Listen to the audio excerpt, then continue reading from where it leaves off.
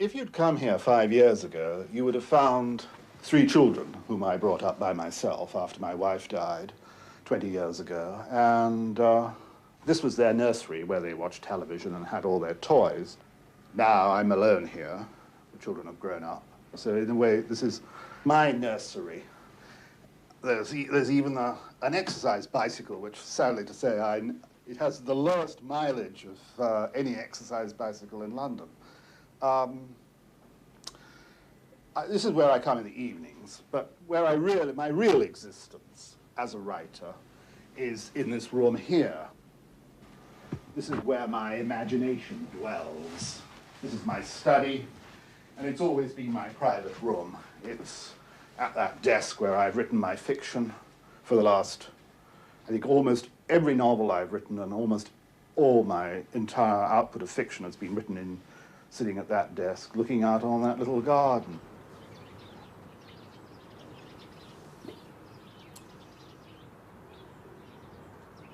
I was born in Shanghai, in China, in 1930. I was the son of British parents who'd emigrated from England in the late 1920s. My father was in charge of a British business manufacturing textiles, and I lived a typical life in the international settlement until 1937, when I was 7 years old. The Japanese declared war on China, and they invaded the coastal areas of China. Under cover of smokescreen, Nippon's aggressors thundered into China in defiance of all law.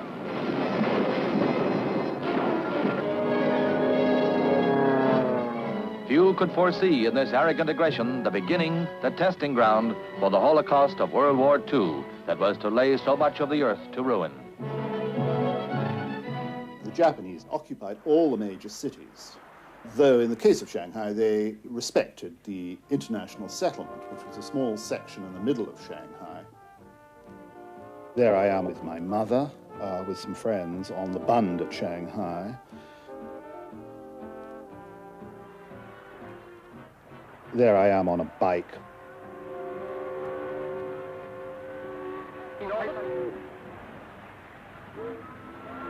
After Pearl Harbor in December 1941, the Japanese forces rolled their tanks through the streets one morning and took over the city. And my book, Empire of the Sun, describes the adventures of a boy of my own age called Jim, who finds that the book opens on the eve of the day before Pearl Harbor, and he finds that in the confusion when the Japanese enter the city, that he is separated from his parents.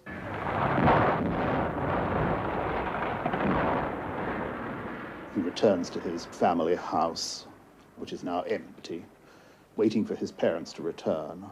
When they don't appear, he gradually begins to realize that he's on his own. He then is forced to live like a sort of young Robinson Crusoe, almost, in the big houses of the western suburbs of Shanghai, living on cocktail biscuits and scraps left over from the lives led by these now vanished British and Americans.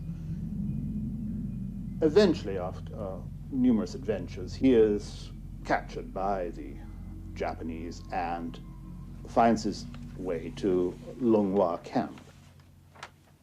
An important part of the novel is, of course, Jim's whole relationship with the camp that he finds himself in for 3 years. For Jim, it represents complete security. It's the only secure world that he has known, and he is, as the war draws to a close, and it's clear that the Japanese are losing the war, he becomes more and more worried. He is terrified of what will happen to them when the Japanese are no longer guarding the camp. And this, of course, is what happened in fact. We, in our camp at Longhua, faced a period of greatest danger when the Japanese had surrendered, and we were left on our own, 2,000 people, with no food, no supplies. And the Americans 300 miles away. There was a very uneasy period of about a month before the Americans finally arrived. And for Jim, his whole attitude towards imprisonment and security and safety is completely unlike the conventional picture that people have of sort of liberation and rescue that we generally see in films about the war. Jim vill inte lämna fånglägret när japanerna överger det. Han vägrar att tro att kriget är slut. I'd like to think, because of course I'm very closely identified with this young hero, who in many respects is myself, I think he perceives, he recognizes some kind of truth about the nature of war. I mean, he firmly believes, for example, that World War II may have ended, but with its end and the dropping of the atom bomb, World War III has actually begun. And this is what he feels that none of the adults around him, none of his fellow prisoners, recognize. They are still thinking in old categories of armistice days and red poppies and lapels and all these sort of sentimental ideas that people have about war and peace and so on. He realizes that war in the mid 20th century and in the late 20th century to come is endemic to the human condition, and that the human beings must accept this, that they're deluding themselves by imagining that that peace will ever come.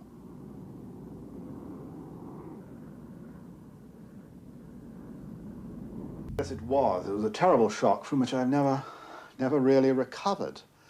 I think the whole of the last nearly 40 years has been, on my part, an attempt to get over the shock. And I mean, many people have asked me why it took me 40 years to write Empire of the Sun, which is a very long time to wait. And I think partly the reason is that those experiences took a long time to forget and a long time to remember. They took 20 years to forget and then another 20 years to remember. But I think that I was in a lot of my fiction, a lot of my novels, right from my first novel, The Drowned World, I was really writing about the war experiences that I went through, but in disguised form. I bok efter bok har J.G.Ballard beskrivit vår civilisations sönderfall. En katastrofsituation som till exempel torka eller översvämning sätter allt ur funktion. Kvar blir ett tyst och ödsligt landskap med tomma hotell, torra simbassänger, övergivna bilar där människan måste slåss för sin överlevnad. Ett landskap som säkert påminner om krigets Shanghai. Feel in the 1950s that the English landscape was one I could write about. English society struck me as extremely uninteresting in every respect, class-ridden, obsessed with nostalgia for a vanished empire. I was very aware when I came to England in 1946 that the light here was different. It was much darker. It was much grayer. That it was a puritanical country where people were led extremely rigid and closed lives, and everybody knew his place on the social ladder. And the kind of fiction, the novels that were being written, were all about the English class structure. They were all about little nuances of social distinctions, which the English were obsessed with, and to some extent still are. I wanted to write a kind of fiction that broke away from this very old-fashioned, looking backward sort of fiction. I wanted a fiction that was about, no, never mind the future, but was about the present day. It seemed to me that English fiction wasn't even about the present day.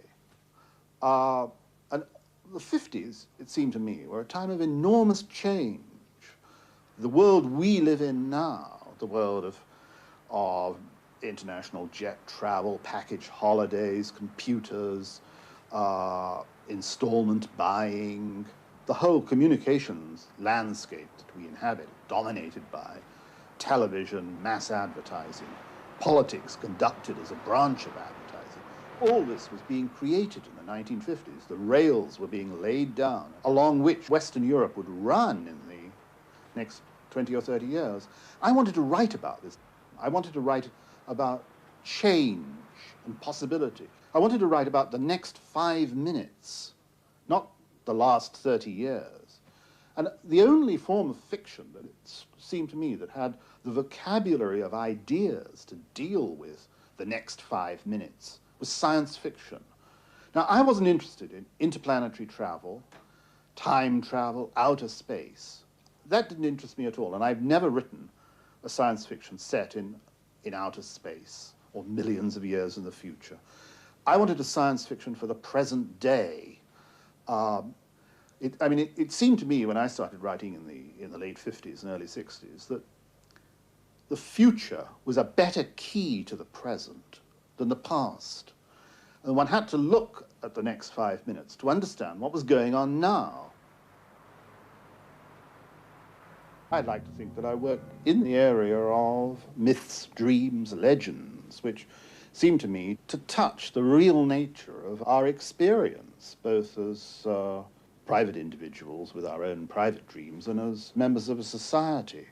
And societies have their dreams too. In fact, what is so strange about the world we inhabit today is the way in which fiction and reality have become reversed. That,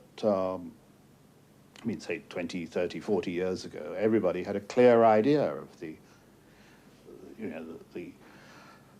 world of reality was the external world around you, the world of work and industry, commerce, the world of fantasy, and the imagination was the world inside our heads, our private dreams and hopes for the future and so on. Now that's been reversed. Now we're living in a world that is almost, the external landscapes of our world are almost entirely fictional, made up of advertising and publicity, an artificial man-made landscape. The only point of reality we each of us have is the point of reality inside our heads. Our own obsessions are all we have. It seems to me that the sort of world we live in needs a certain amount of oil to make the wheels go round. In the 60s, sex provided that role. Now, in our landscape, sex is no longer a new frontier. You get the impression almost that sex has died out, or doesn't take place anymore. Certainly, the landscape, the media landscape that we inhabit, this enormous novel we're living inside, thrives on sensation. It needs sensation to sustain itself. We're rather in the position of a sort of drowsing animal drugged by some powerful narcotic agent who needs electric shocks to keep it awake. And the electric shocks are provided by violence today, by violent imagery of one sort or another, whether it's plane crashes or train crashes, hijacks or just car crashes from our local city streets. What most of us have to fear for the future is not that something terrible is going to happen, but rather that nothing is going to happen, that we may live, or my children may well live, in a boring world, in what I would call an eventless world, a world where nothing happens. And this will lead, this is what I fear will happen, is that this will lead to the atrophy of the imagination. One Well, I mean, I felt this very strongly, oddly enough, some years ago when I was taken on a long drive through West Germany.